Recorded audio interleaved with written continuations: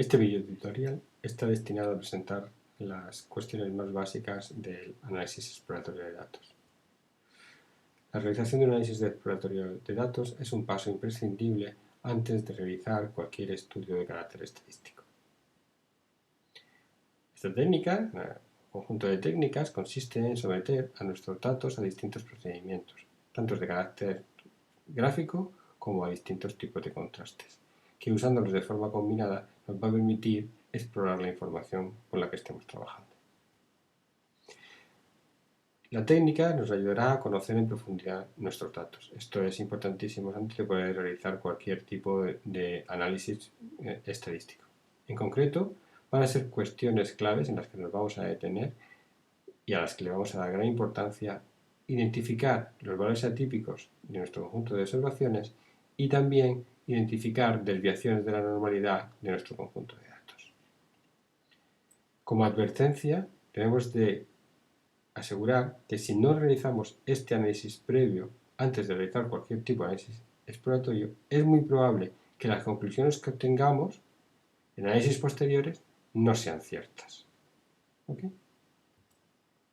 Como definición de análisis exploratorio de datos, diremos que es un conjunto de herramientas estadísticas que nos van a permitir la visualización de la información previa a un análisis más definitivo y que nos van a ayudar a comprender las características más importantes. ¿Cuáles son las técnicas de análisis exploratorio de datos que vamos a presentar en este análisis exploratorio básico? Pues vamos a evaluar la calidad y la consistencia de los datos, vamos a determinar la distribución de las variables, evaluar la presencia de datos ausentes, daremos mucha atención a la detección de atípicos y a la comprobación tanto de la normalidad como de heterocedasticidad en sus muestras. Hablaremos también de resumir los datos mediante indicadores y gráficos y de explorar formas de categorizar variables a través de búsquedas de punto de corte. El primero de los puntos que vamos a comentar va a ser la identificación de datos ausentes. Es muy habitual que en cualquier tipo de información que se recoja nos encontremos con determinadas variables que no están completas, que hay determinados individuos que no han contestado a esas cuestiones si estamos realizando una encuesta. ¿Sí? Es un problema muy común en cualquier tipo de investigación y no puede ser ignorada. Ignorar su presencia puede tener grandes repercusiones que pueden ir desde la pérdida de potencia de nuestros contrastes hasta la aparición de sesgos inaceptables, es decir, que lleguemos a conclusiones erróneas. Distintas formas tenemos de solucionar la presencia de datos ausentes y aquí vamos a comentar solamente las más básicas.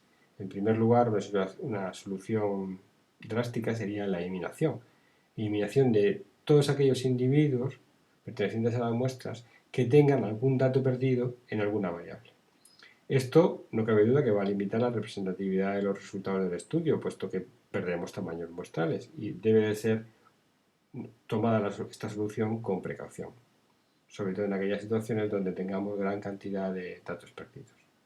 Una alternativa relativamente simple es la imputación de aquellos valores perdidos, es decir, asignarle un determinado valor. La primera y más común de las imputaciones es la sustitución por la media de las observaciones. ¿Okay? Una imputación un poco más compleja consiste en realizar un modelo de regresión, asignando a los valores perdidos los valores predichos por una ecuación de regresión estimada a partir de los sujetos de los cuales disponemos de información completa. Técnicas más complejas como el algoritmo M, basado en estimaciones máximo verosímiles, no serán objeto de este análisis exploratorio básico. La segunda de las cuestiones que presentamos es la identificación de valores atípicos o outliers. Los gráficos de caja de bigote son una herramienta excepcional y muy visual para identificar estos valores. El diagrama de caja es un gráfico de resumen de la distribución que está basado en la mediana, en los cuartiles y que nos ayuda a identificar los valores extremos, tanto atípicos como extremos. Ahora veremos cuál es la diferencia.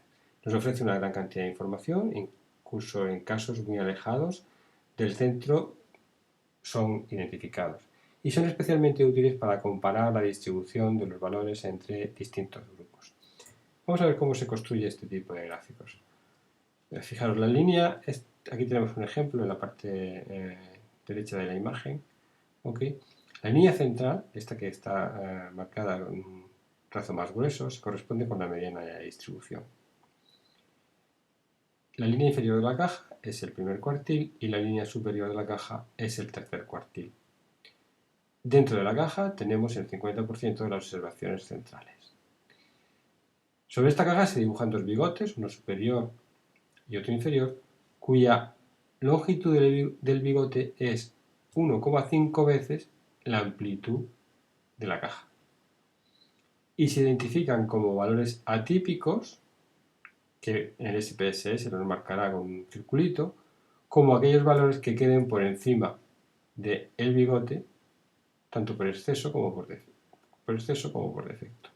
Y marcará como valores extremos, con un asterisco, aquellos que queden 3 veces, un bigote más largo, imaginario, que quede 3 veces por encima del rango intercuartílico, por encima del primer cuartil y por debajo. Estos serían los valores atípicos. Terminamos aquí este primer vídeo sobre análisis exploratorio de datos y vamos a dedicar otros a la identificación de la normalidad por ser un tema especialmente relevante.